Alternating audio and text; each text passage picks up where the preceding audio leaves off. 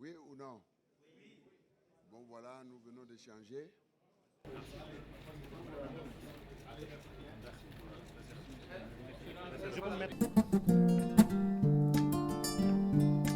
Partis politiques qui sont en bas, qui vont monter également, chacun pour donner sa contribution. Dans tous les cas, un bon médiateur, ils ne pourront se déterminer qu'après avoir écouté les uns et les autres. Et quelle a été votre contribution? Mais ce n'est pas à vous que nous allons la laisser. Nous l'avons donnée aux médiateurs pour qu'ils continuent leur travail.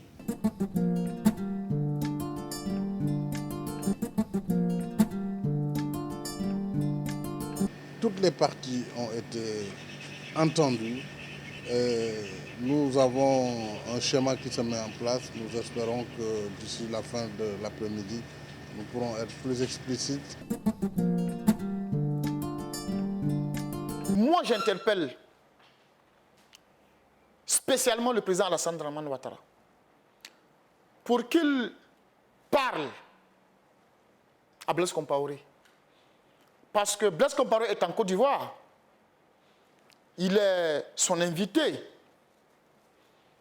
Blaise Compaoré, nul doute, a encore une influence importante sur le RSP. Ça, c'est indiscutable. Je voudrais demander au président Alassane Ouattara de parler à Blaise Compaoré pour qu'il revienne à la raison, qu'il parle à ces éléments pour qu'il quitte, pour qu'il libère notre peuple. Un processus électoral paisible, transparent et inclusif. La conférence a passé en revue les derniers développements de la situation et a encouragé tous les acteurs à entretenir le dialogue permanent pour aboutir à des solutions consensuelles permettant d'organiser des élections libres, paisibles et transparentes.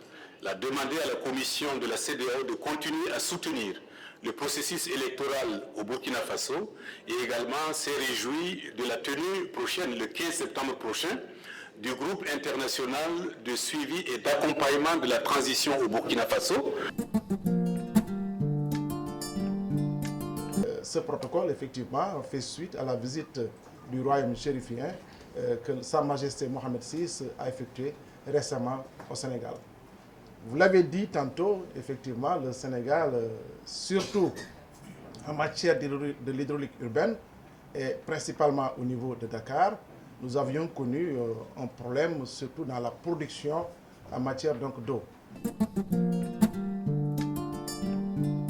Accords et conventions ont été signés là-dessus en vue de transfert de savoir-faire qui est capitalisé au niveau du Maroc au profit du pays Sénégal.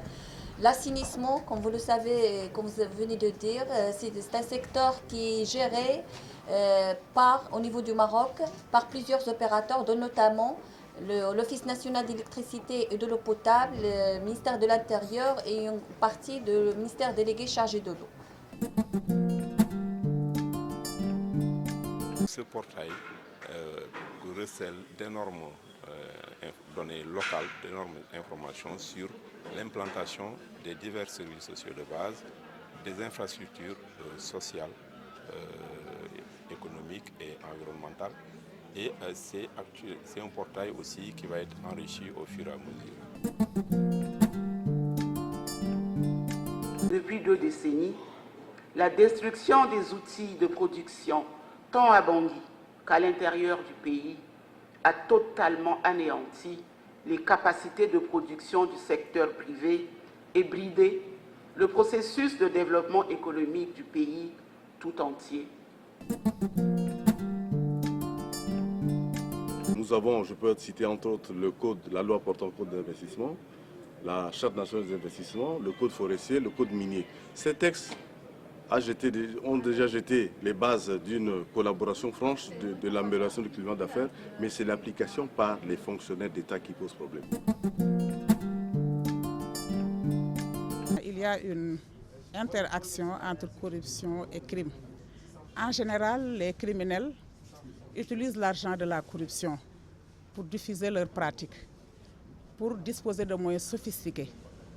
Donc il y a un lien étroit, une interaction, une dialectique, j'allais dire, entre corruption, fraude, trafic de drogue, trafic d'êtres humains, trafic de toute nature.